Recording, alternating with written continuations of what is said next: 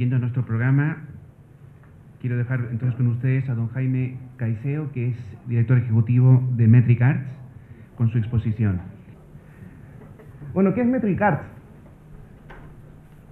Es una consultora de inteligencia de negocios. Siempre me es un poco difícil explicar el concepto si es que no lo conocen previamente. Pero en realidad yo siempre encuentro que es fácil. Nuestra materia prima son los datos. Nosotros trabajamos con datos. ¿Y qué intentamos hacer con ello? Generar información y conocimiento. Simplemente eso. Es un proceso. Vendemos un proceso. En ese sentido, lo que hacemos es vender un servicio. Vendemos servicios a empresas que requieren tomar sus datos corporativos y transformarlos en información y también en conocimiento. Finalmente, ¿para qué? Para apoyar toma de decisiones. Finalmente, eso hace Metric Arts. Metric Arts ofrece apoyo al proceso de toma de decisiones. Básicamente haciendo tres cosas. Primero, integrando los datos corporativos. En general, las empresas, ¿qué sucede? Hay distintas bases de datos y distintos sistemas y están en distintas partes dentro de distintas áreas. Puede ser que marketing tenga sus datos, que le envía a Happy Shop de todas las cosas que han capturado el día de hoy. Por otro lado, pueden estar los recursos humanos, todo el tema de los sueldos. Podemos tener, por otro lado, un sistema distinto que trabaja todo lo que tiene que ver con servicio al cliente. Tomamos consultas, reclamos de nuestros clientes y cada uno de esos aspectos pueden estar en distintas partes dentro de la empresa. Lo que hacemos nosotros como primer servicio es eso, integrarlo, dejarlo en un único punto. A eso nosotros le llamamos una base de datos con fines analíticos. Una base de datos analítica, que más de alguno de ustedes lo debe haber escuchado como un data warehouse, el almacén de datos. Es el primer servicio que ofrecemos. El segundo es tomar esos datos que están ahí, ya integrados, y distribuirlos a través de la empresa. Y eso es bastante simple. ¿Por qué? Porque lo hacemos a través de reportes o paneles de control. Y ese es el segundo concepto que vendemos, visualización de información y distribución. Y el tercero, que a mi gusto es el más entretenido y es lo que más me gusta hacer, son ya análisis avanzados, lo que deben haber escuchado más de alguna vez como minería de datos, análisis estadístico, simulaciones, que es la parte ya más inteligente, en el fondo, de lo que vendemos. Esos son los tres servicios que hoy en día ofrecemos como Metric Arts. ¿Qué cosas generalmente son las que nos preguntan nuestros clientes? ¿Qué cosas son las que nos piden, en las que nos piden apoyo, en el fondo? Como la que sale ahí, la primera. ¿Quiénes son mis clientes más rentables? ¿Quiénes son mis mejores clientes? Preguntas como esa muchas veces llegan a la oficina o nos llaman por teléfono, nos mandan un mail preguntando eso. ¿Quiénes son mis mejores clientes? ¿Cómo puedo llegar a definir eso? ¿Cuáles son los patrones de comportamiento que definen finalmente ese concepto? Eso podría ser una de las cosas que hacemos regularmente. Otra cosa que nos piden bastante, de hecho les diría que es uno de los aspectos que más nos piden hoy en día. Sobre todo en el año 2012 hicimos varios de estos modelos, que son los famosos modelos de fuga de clientes, que es finalmente entender por qué nuestros clientes están abandonando nuestros servicios o dejan de comprar nuestros productos.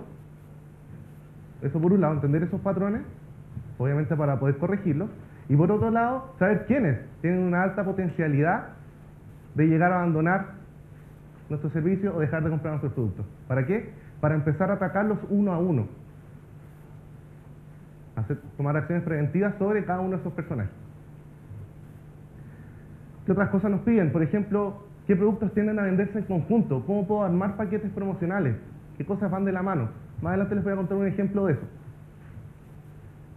¿Cómo reducir los problemas de morosidad? Nos pasa bastante en el mundo bancario, así que había visto con eso los venía a defender. Nos piden de las áreas de riesgo de los bancos analizar sus carteras, ver qué clientes tienen una potencialidad para ser morosos, para finalmente impedir que sigan aumentando su mochila de carga financiera. Ese aspecto es fundamental. Mientras más grande sea esa mochila, más probable es que la gente deje de pagar, que tiene mucho que ver con lo que decía Jan al comienzo. O sea, finalmente el riesgo tiene que ver con eso. ¿Qué tan cargada está mi mochila respecto al crédito? Puede ser que tengo una mochila demasiado pesada, finalmente ya no aguanta más crédito esa persona. Hay instituciones, y en ese sentido yo comparto lo que dijo Jan al comienzo, que no respetan ciertos límites respecto a ese nivel de endeudamiento. Y por eso finalmente se genera gente que le es muy difícil pagar, no es posible, no le es posible pagar. ¿Por qué? Finalmente su sueldo no da para pagar. Hay instituciones que violan esos ciertos límites, esos límites. Eso se puede llegar a calcular y es muy fácil de hecho. ¿Cuál es el límite o qué es lo prudente que una persona podría estar endeudada en cada instante de tiempo? ¿Cómo hacer más eficiente mi proceso de cobranza? ¿En qué momento ir a cobrar? ¿Cuándo dejar un poco más libre a la persona? Darle 2, 3 meses de gracia. ¿A qué personas se les podría dar eso? ¿Por qué? ¿Qué patrones de comportamiento tienen esas personas que justifican dar esas holguras para pagar? ¿Con quiénes deberíamos ser un poco más rudos en el fondo? Eso también se puede llegar a contestar. Y cosas que estamos trabajando desde el año pasado, y temas incluso de mantenimiento preventivo de máquinas. Por ejemplo, eso lo estamos viendo con Codelco hoy en día. ¿Cuándo es el momento óptimo para hacer un mantenimiento preventivo a un camión, por ejemplo? ¿Y por qué eso es relevante? Porque es mucho más barato hacer un mantenimiento preventivo que hacer uno reactivo. Cuando ya el motor no da para más, cuando las ruedas ya tienen demasiado desgaste, etcétera, etcétera, etcétera. Esto también lo podemos ver con máquinas dentro de un proceso productivo, que es otro de los proyectos que estamos haciendo hoy en día. Estamos haciendo análisis geometalúrgico en planta. Estamos viendo cuáles son los inputs dentro de una planta y cuáles son los resultados de cobre después de ciertas iteraciones. Eso también se puede modelar. ¿Y para qué? Se preguntarán ustedes.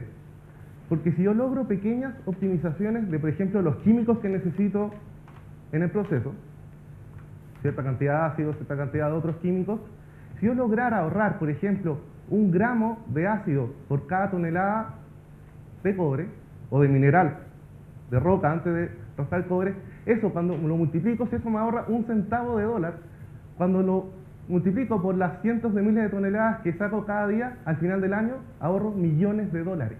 Simplemente por haber encontrado que es posible ahorrarme 1 gramo por cada tonelada.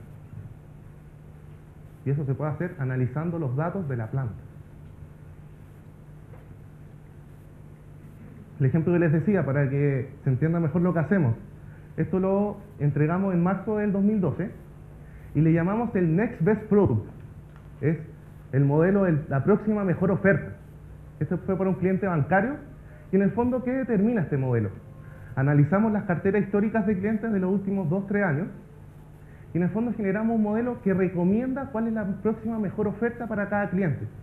Por ejemplo, si una persona tiene una tarjeta de crédito, una cuenta corriente y ciertos packs contratados, hay una cierta probabilidad de que esa persona contrate o necesite un crédito hipotecario en este minuto. ¿Por qué? Porque otras personas de características similares así lo han hecho en la historia reciente. Ese modelo nos tomó 2 meses construirlo, se corre todos los meses genera recomendaciones para cada cliente de ese banco y en menos de 10 días se pagó el proyecto. ¿Por qué? Porque tiene 20 veces mejores resultados que la forma tradicional de cómo ellos trabajaban en este tema de las recomendaciones de productos. Esto alimenta a las fuerzas de venta, esto alimenta a los ejecutivos de atención y en 10 días, como les cuento, se pagó el proyecto. Con las tasas de respuesta que se tuvieron gracias a esta inteligencia, que tiene mucho que ver con el ejemplo de Amazon que hablaban hace un minuto. Dado lo que yo tengo, ¿qué se me puede recomendar tomar como servicio? Bueno, hablando un poco más de Metricart, quería partir con el tema de la inteligencia de negocios para que entendieran lo que hacemos. Empezamos a trabajar desde el año 2008, con una experiencia previa. Somos 2 socios, trabajamos en una consultora inglesa, donde aprendimos estos temas de análisis de datos. En la universidad aprendimos algo, pero en realidad no servía de mucho. Trabajamos 4 años en esa consultora y aprendimos lo que era el análisis de datos. Y a partir de esa experiencia creamos lo que es Metricart. ¿Por qué? Porque esa consultora sacó todas sus operaciones dentro de Latinoamérica y en realidad no tenía mucho sentido seguir ahí porque no existe. Entonces decidimos crear Metricart. Hoy en día contamos con más de 30 personas, entre ingenieros, estadísticos. Hubo un momento que éramos puros hombres, ahora también hay mujeres. Eso era como un club de todo al comienzo. Hoy en día hay mujeres también trabajando con nosotros. Eso es como siempre nos molestaban nuestros clientes. Cuando éramos 15, 20 personas, éramos puros hombres. Entonces siempre nos molestaban cómo no había una mujer aquí. Ya lo conseguimos. Otra cosa que nos distingue y que muchas veces causa un poco de risa cuando lo explico, somos agnósticos. Mucha gente me pregunta ¿por qué? ¿A qué te refieres con que nuestra empresa es agnóstica? Nosotros desde que partimos decidimos no representar a ninguna empresa en particular, ningún software en particular. ¿Por qué? Porque todas estas cosas que les he estado comentando de integrar datos, de hacer estos análisis, de hacer ese modelo como el que les comentaba, requiere de herramientas. No es que yo me haya sentado a empezar a ver todas las carteras de clientes y haya empezado a ver a lo NAC patrones y dije, ya, este cliente va a comprar esto, esto, otro. Eso lo hace una herramienta estadística. Y existen distintas herramientas de ese estilo. Nosotros desde que partimos decidimos no representar a ninguna de ellas. ¿Por qué? Porque muchas veces cuando uno genera estas alianzas con empresas de software, llámese Oracle, Microsoft, SAP también, te exigen cumplir ciertas metas de venta. Y nosotros nunca hemos querido ponernos en el caso de estar en noviembre, diciembre de cada año cerca de no sé, a $20,000, $30,000 de nuestra meta y toparme con un cliente y de alguna manera engrupirlo para que contrate licencias de esa marca y yo cumplir mi meta por un lado. Ni siquiera nos hemos querido poner en ese contexto o en ese debate, entre comillas, ético. Por lo tanto, hemos decidido ser agnósticos, no representamos ninguna marca en particular. ¿Y qué hemos hecho? Tenemos expertos en cada una de las distintas herramientas. Tenemos estadísticos que manejan ciertas herramientas, tenemos ingenieros que conocen otras herramientas, y así hemos ido solventando ese tema de separarnos un poco de lo que son las marcas en particular. Y a eso nos referimos cuando decimos que MetricArts es agnóstico.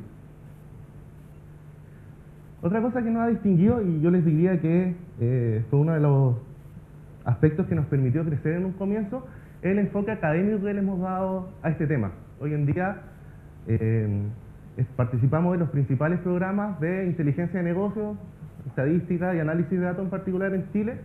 Trabajamos en la Facultad de Economía de la Universidad de Chile con uno de los primeros diplomados que existieron de este tema, que fue el diplomado de Business Intelligence de la Chile. Somos profesores de este programa. Estamos trabajando en el IE también con un programa de inteligencia de negocios y empezamos a trabajar también en la Católica, de nuestra universidad de origen, en el Magíster de Ingeniería Industrial, donde nos llamó mucho la atención que la bajada, no sé si se alcanzan a leer ahí, dice donde se desarrolla una visión integral de Business Analytics, que es justamente lo que hacemos nosotros. De hecho, me llamaron un día para decirme, oye, estamos lanzando el máster, ya lleva 2-3 años funcionando, pero queremos darle este enfoque de mayor análisis. ¿Te gustaría hacer el curso de Business Analytics? Bueno, por supuesto. De hecho, ya terminamos el segundo semestre del año pasado la primera versión de ese curso de Business Analytics dentro del Máster de Ingeniería Industrial de la Católica. Y les diría que es el primer esfuerzo que existe en posgrado desde el punto de vista de análisis de datos en Chile, antes que la Universidad de Chile en ese sentido. ¿Y qué nos ha permitido esto? Les diría dos cosas. Por un lado, está en el estado del arte de lo que es la inteligencia de negocios, porque la academia te exige estar en la cresta de la ola de lo que es el conocimiento. Y por otro lado, y que a mí a veces me da risa un poco comentarlo, nos permitió ponernos canas. Cuando empezamos a vender este tema, nos resultó bastante difícil que gente de, no sé, ejecutivos de 45, 50 años tomaran en cuenta a gente que tenía 4 años de experiencia, teníamos 27, 28 años cuando partimos, que iban a vender consultoría, análisis de datos, íbamos a apoyar su toma de decisiones. Entonces cuando nos miraban, como que nos miraban de arriba a abajo y nos decían que iban a vender ustedes inteligencia de negocio, una locura. Entonces, empezamos a explicar y de repente decíamos, bueno, ya hacemos clases en la universidad. Y ahí cambiaba el tono y cambiaba la forma en que nos miraban. Por eso digo que fue como un upgrade de edad, o de experiencia, el tema de que estamos muy ligados a la docencia. Y eso nos permitió crecer en un comienzo. Otra cosa que es muy relevante, y en el fondo tiene que ver con la forma de pensar que tenemos nosotros, es el conocimiento abierto. Nosotros no creemos que el conocimiento que tenemos debiéramos solamente dejarlo a puertas cerradas dentro de nuestra oficina por la gente que trabajamos. Hemos generado un concepto de conocimiento abierto desde el punto de vista de tanto nuestros analistas, nuestros ingenieros, mejorar el conocimiento con el cual salen de la universidad o de los institutos. De eso les voy a hablar en un momento también, que es un tema que me tiene preocupado, tiene que ver con toda esta crisis educacional que estamos viviendo. Y por otro lado, con nuestros clientes. Entregarles conocimiento a nuestros clientes, que ellos entiendan qué estamos haciendo, por qué lo estamos haciendo así, cómo lo hacemos. Y eso nos ha llevado a generar un concepto que le llamamos la carrera métrica.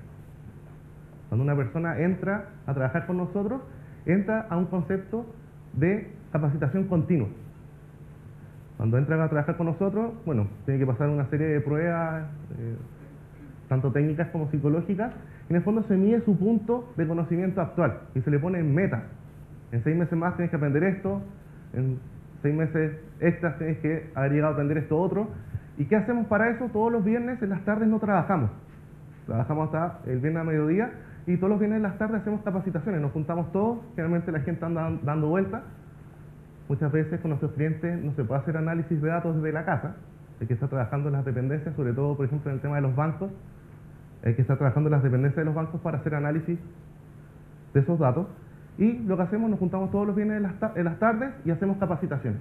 Entonces vamos separando a la gente en distintos cursos que vamos haciendo en paralelo para que vayamos logrando esas metas de autoaprendizaje. Y eso también lo llevamos a nuestros clientes. A nuestros clientes también los capacitamos de una forma bastante similar también. En cuanto a clientes, hoy en día tenemos más de 30 clientes corporativos y tenemos proyectos también implementados tanto en Latinoamérica como en Europa. De hecho, fue una de las metas que nos pusimos el año pasado, de hacer ya proyectos fuera de Chile, y tuvimos la suerte de hacer un proyecto en Francia y otro en Alemania. Y desde el punto de vista de Metricarts como empresa, fue un gran logro, porque nosotros cuando estábamos en la universidad siempre nos decían, los mejores ingenieros, o dentro de los mejores ingenieros del mundo, están los franceses. ¿Por qué? Porque está la Polytechnique, donde salen los mejores ingenieros del mundo. Y el año pasado trabajamos con ellos. Hicimos ingeniería chilena en Francia y en Alemania. Y eso para mí, y yo creo que para todo Metricarts, fue el lograr una meta que siempre nos habíamos puesto. Siempre habíamos escuchado cómo se va a vender ingeniería chilena en otra parte. ¿Quién va a vender ingeniería chilena si hasta se nos caen los puentes? Pero nosotros lo logramos, estamos vendiendo ingeniería chilena en otros países y funciona. De hecho fue divertido porque hablábamos con los franceses, al comienzo no nos tenían mucha fe, y cuando entregamos el proyecto, bueno, dentro del inglés que hablábamos, como que me decían, oye, igual cachan ustedes, igual se manejan, me decían. Entonces los sorprendimos en ese sentido, no esperaban mucho y superamos largamente las expectativas que tenían respecto a lo que nosotros podíamos ofrecer.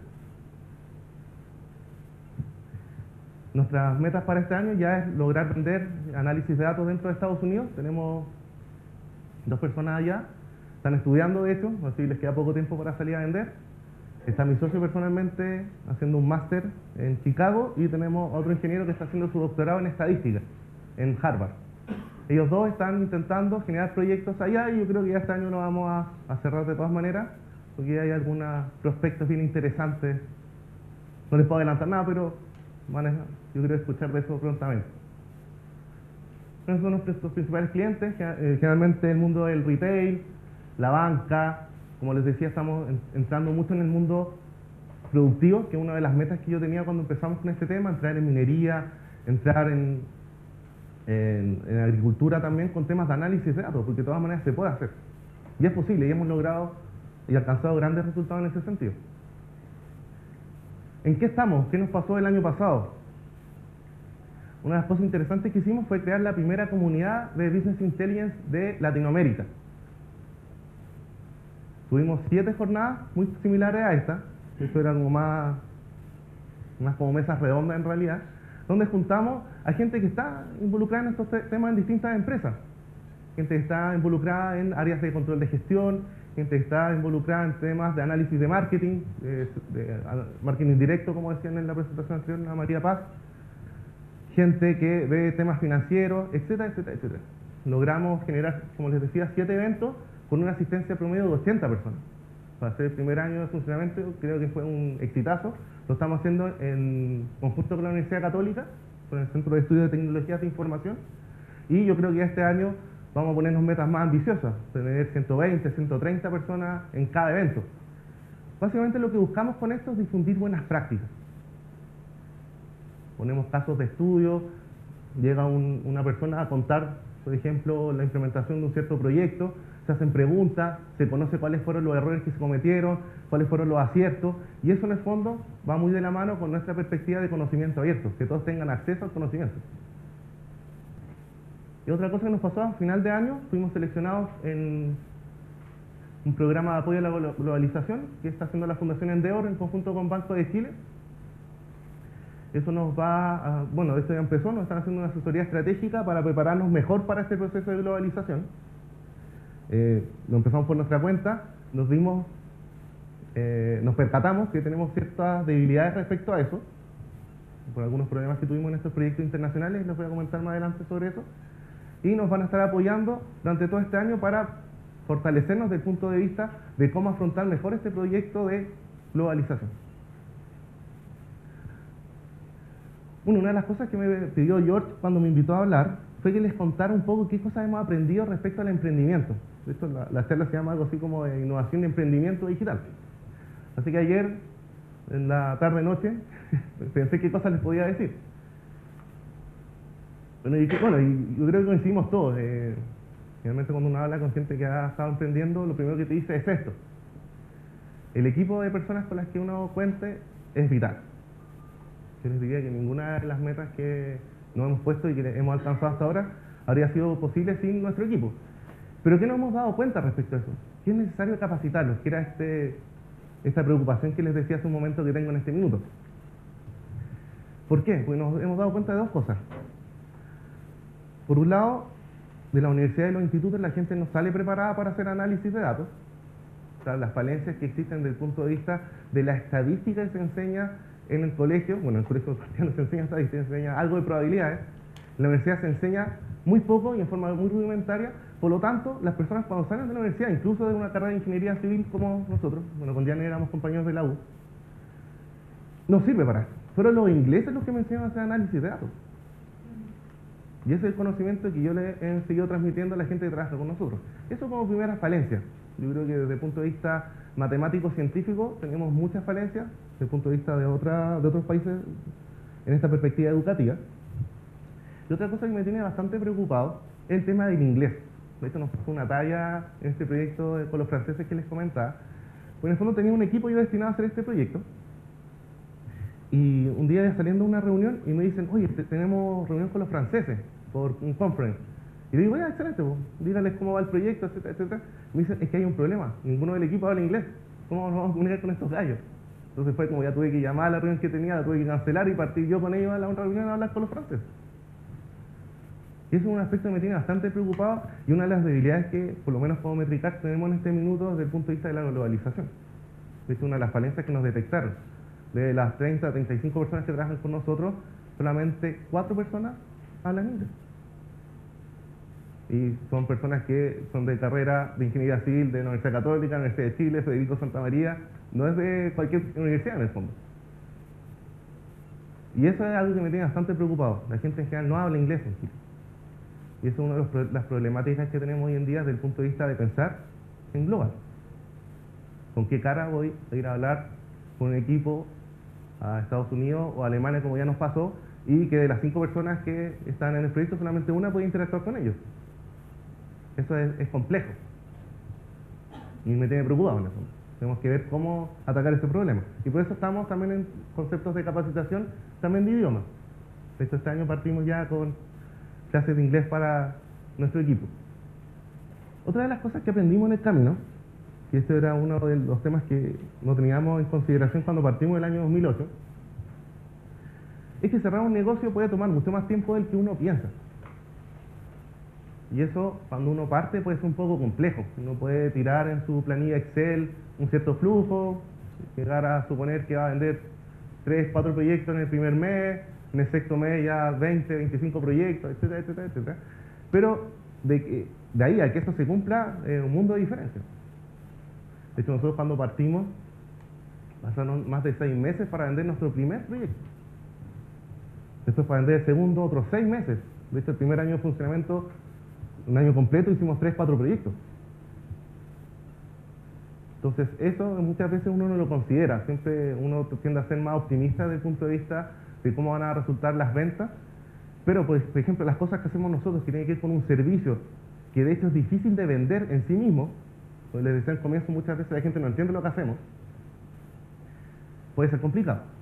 Puede ser que el flujo de caja no dé para los planes que tenemos. Eso es algo que hemos ido aprendiendo y también hemos ido mejorando nuestros procesos de venta, acelerar esos procesos. Y en ese sentido las redes y los contactos son fundamentales. Hemos aprendido también que es muy importante el proceso de postventa, que es algo que nunca me había imaginado, lo importante que es, por lo difícil que es conseguir una nueva cuenta, un nuevo cliente. Hay que cuidar mucho nuestra cartera actual de clientes, a nuestros 30, 35 clientes. Tenemos que estar preguntándoles qué les ha parecido el servicio, qué problemas han visto, qué mejorarían. Eso uno nunca lo tiene considerado en un comienzo. Uno piensa, ya, vendamos, pero también hay que cuidar lo que uno ha logrado hasta el minuto. Y algo que hemos ido aprendiendo con el tiempo. De hecho, yo les diría que recién, el año 2012, generamos nuestras primeras iniciativas de fidelización de clientes y de atención al cliente. Nunca lo habíamos hecho, porque todos lo hacíamos como amigos al final. Conocíamos gente, empezamos a interactuar con ellos, pero finalmente, si queremos escalar como negocio, eso también hay que profesionalizarlo. No puede ser como yo quiero que sea o como yo pienso que es lo mejor. Hay que profesionalizarlo y hay que mejorarlo. Y lo que les comentaba, prepararse para la globalización. Por un lado está este tema idiomático, pero hay otros temas que uno a veces no piensa cuando genera un proyecto que podrían ser importantes para globalizarse. Y eso nos pasó y lo aprendimos el año pasado. Porque en el fondo, desde el punto de vista, un poco lo que comentaban, ustedes dos lo comentaron, de hecho, tanto Jan como María Paz, desde el punto de vista de hacer negocios en Chile. Para lo que nosotros hacemos, hacer análisis de datos en Chile es facilísimo. ¿Por qué? Porque en particular tenemos, por ejemplo, para hacer análisis de personas, tenemos un identificador único, que es el RUT. Eso en otras partes del mundo no existe como concepto. De hecho, en vecinos, por ejemplo, en Perú, eso no existe como concepto. Existen distintos tipos de identificadores. Está el DNI, por otro lado hay personas que trabajan en el ejército que tienen una identificación distinta. Cuando uno nace te dan un número provisorio que cambia cuando uno cumple 18 años. Entonces, por ejemplo, en el ámbito bancario, nos ha pasado cuando hemos hecho proyectos en Perú que se le abre una cuenta de ahorro a un niño de 5 años, pero a los 18 años cambia de identificación. Por lo tanto, ¿cómo sé que esa cuenta de ahorro también está ligada a esta otra persona? Porque para mí, en forma lógica, son dos personas distintas, pero en realidad es la misma persona, pero son dos números distintos. Y, por otro lado, también está un tema legal, normativo en el fondo, que en Chile es muy fácil hacer análisis de datos. En realidad podemos hacer lo que queramos con los datos. Han salido ciertas leyes de protección de datos, pero en realidad cuando yo leo lo que existe en Chile y lo comparo con lo que nos encontramos con Alemania, lo que nosotros tenemos es un chiste. Porque cuando hicimos el proyecto en Alemania, empezamos a leer todas las restricciones que habían en cuanto a tratamiento de datos que casi bloquean el proyecto. Es un mundo distinto, el tratamiento de datos en Europa comparado con lo que tenemos acá. Este es un Edén del análisis de datos.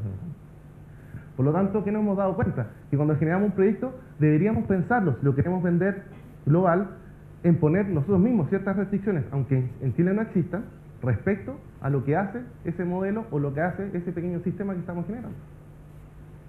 Ponernos nosotros mismos una valla más alta. ¿Por qué? Porque en Chile no la vamos a encontrar. Nos sirvió mucho para crecer y por eso crecimos tan rápido.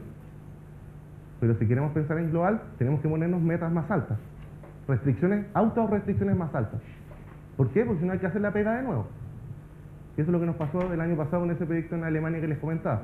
Teníamos algo ya hecho para Latinoamérica, lo dejamos funcionando en Guatemala, en Brasil, pero quisimos montar eso mismo en Alemania y los alemanes nos dijeron, no, eso no puede funcionar acá. ¿Por qué? Porque tiene esto y esto otro que nos hace violar tal ley. Tuvimos que hacerlo casi de nuevo. Simplemente porque no sabíamos que existen esas restricciones y nunca las habíamos sufrido. Y bueno, y lo último, yo creo que una de las cosas que nos ha permitido acelerar nuestro crecimiento es ponernos metas ambiciosas. De hecho, cuando partimos, nuestra primera meta fue la siguiente. Partimos de hecho en enero, renunciamos el 31 de diciembre del año 2007 y el 2 de enero ya estábamos tratando de vender algo. Y dijimos lo siguiente, si a 6 meses no conseguimos ninguna venta, lo dejamos hasta acá. En mayo logramos nuestra primera venta. Estuvimos cerca de quedar en nada. Pero en el fondo, ¿qué hicimos? Nos pusimos la soga al cuello porque en el fondo podían pasar un año completo sin vender nada y no habría tenido mucho sentido seguir. En cambio, cuando uno se pone metas, se exige para conseguirlas. ¿Qué otra meta nos pusimos? Por ejemplo, en 2012 dijimos, tengamos un crédito internacional. Lo conseguimos. ¿Por qué? Porque nos pusimos esa meta. Cuando uno se pone metas, se deja llevar un poco por la ola del día a día. Y eso puede ser un poco dañino desde el punto de vista del crecimiento de la empresa. Esto tenemos otras metas para este año que son bastante ambiciosas. Por ejemplo, esto que les decía, vender nuestro primer proyecto en Estados Unidos. Tenemos estas metas también de profesionalizar el servicio que estamos prestando de postventa, por ejemplo. Son cosas que queremos cumplir y las vamos a cumplir, porque así lo hemos hecho hasta ahora. Eso es un poco lo que les quería contar. Bueno, y las preguntas yo creo que vienen ahora, ¿no? Gracias. Muchas gracias, Jaime.